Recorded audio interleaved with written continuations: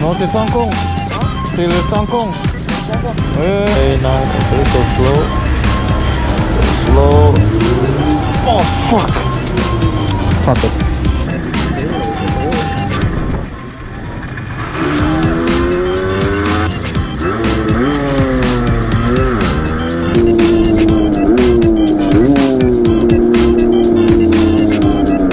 Because I'm looking up, and keep your body up straight as much as you can. Balance on it. I look at it. You see, I'm gonna crash. Put my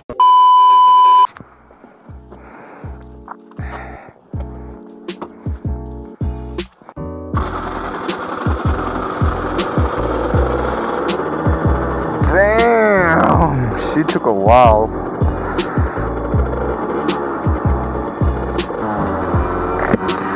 So guys, welcome back to my vlog. It's been almost a week now, and it's also been almost a week, well, more than a week that I haven't ride. Oh my gosh, it feels so weird after 1 week not riding. It feels so weird, the bike, I don't know why. Wow, oh, that MT-07 looks beast. So I'm gonna take it easy. I'm gonna take it easy today. I'm just gonna go slow. I'm not gonna do anything stupid. Oh, he coming fast. Or are you coming fast? Or are you coming fast? He coming fast.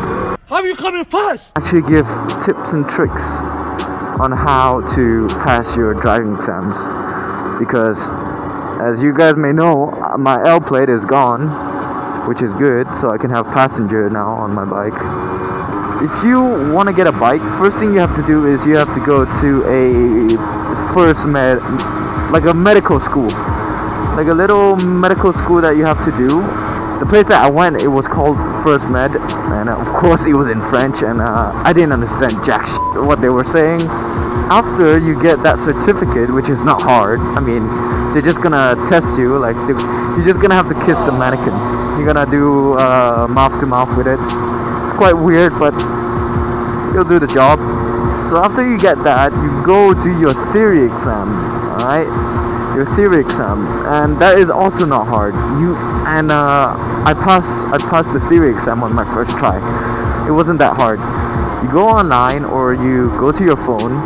You download the app that helps you study for the theory exam, and you do all those questions. Trust me, when I say study, you better study, because the answers are exactly the same in the theory test. Learn all the questions, learn the answers, and you'll be good if you study all of them.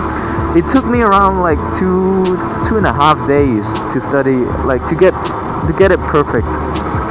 And on the theory exam, when the day comes, it was actually fine. I got like, I think 2 question wrongs, but yeah, you pass with 2 question wrongs. It's fine. So now the third thing what I did after my theory exam was I went to get a motorcycle.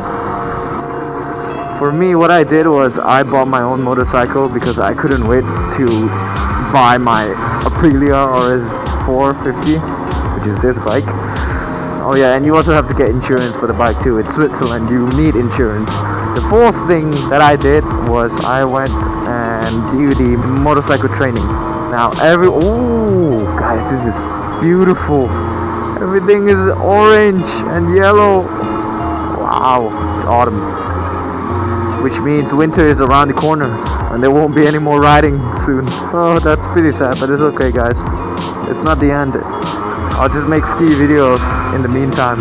Okay, back to motorcycling. Alright, fourth thing I did was I booked a class for the motorcycle training. The purpose of that class is to teach you what will be on the practical test. Alright, he don't teach us how to ride. I mean, you have to know how to ride. So I still remember the first time when I bought the bike. It was actually really far from where I live, and my parents, they have no trailers, so I have to ride at home myself. So it was the first time getting on a sport bike.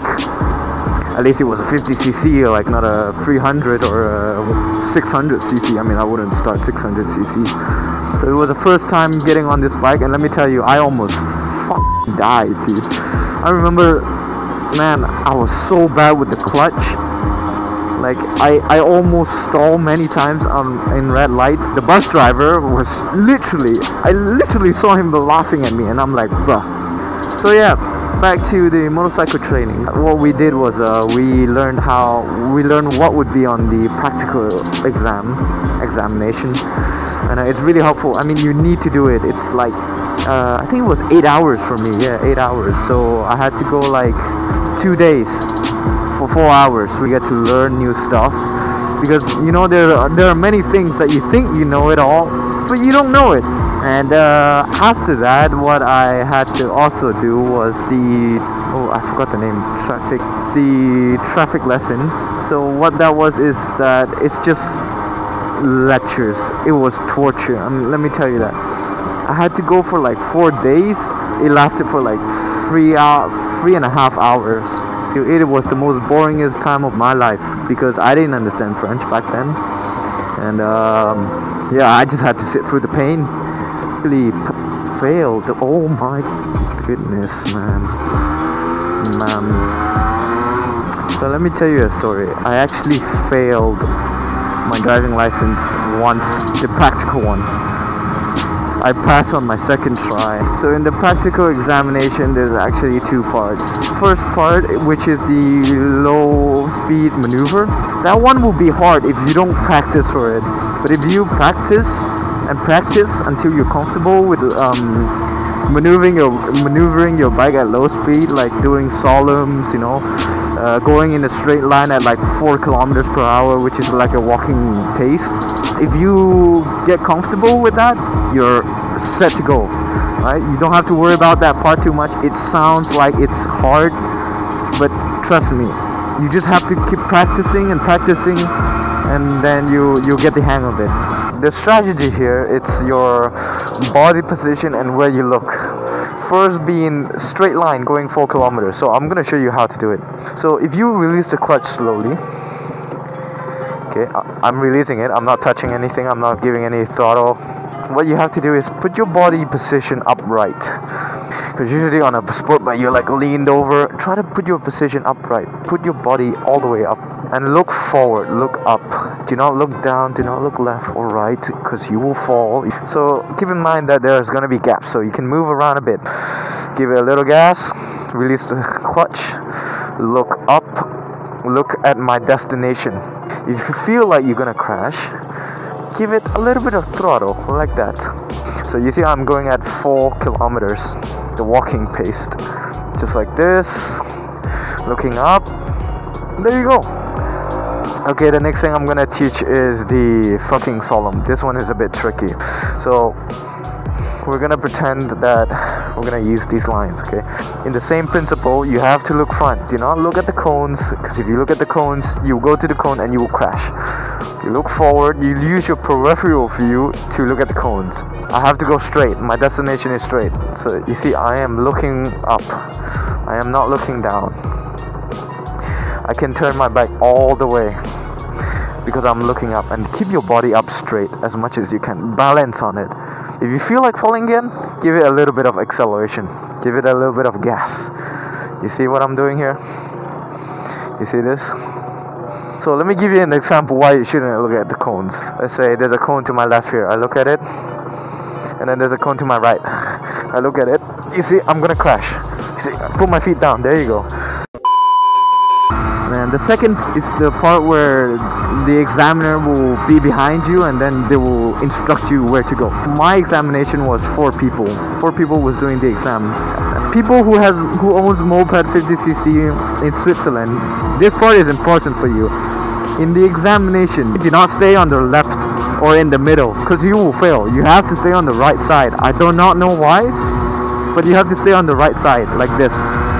But not, obviously, not on the cycling lane. So you see where I am? I am mostly on the right side of the road. Rule number 1 is that you stay on the right. You always stay on the right. You do not go to the left or in the middle. Rule number 2 to passing your practical exam is that you have to look everywhere. When I say everywhere, I mean everywhere. You have to look back, front, forward, everywhere. 360 degrees, man.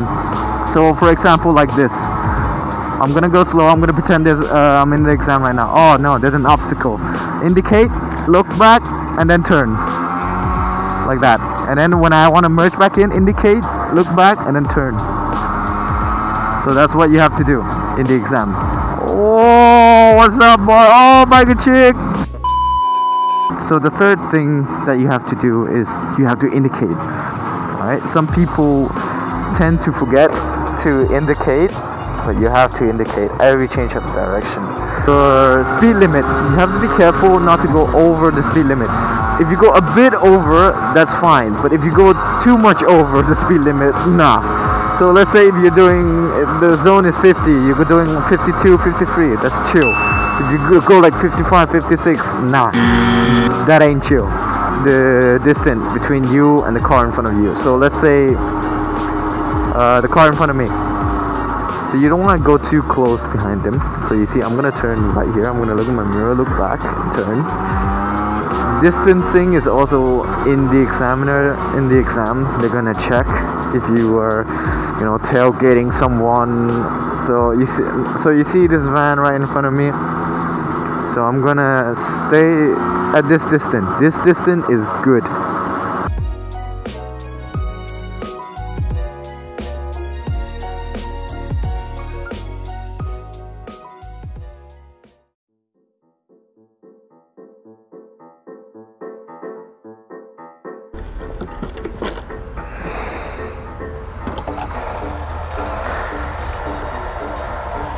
Not go for over 10 this time. Okay, 9. Okay, go slow.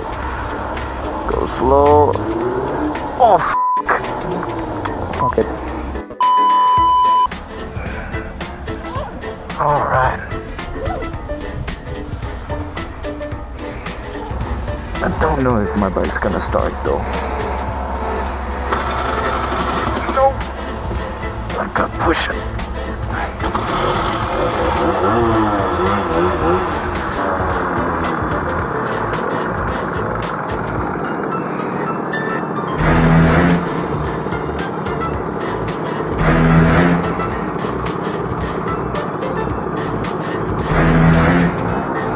Ça va toi? Ça va? Non, c'est sans compte. C'est le sans compte. Ouais.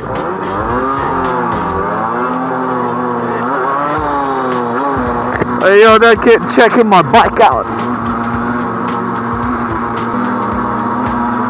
Wow, he's smoking me. C'est quoi ça? C'est fond 5. C'est fond 5. C'est fond 5.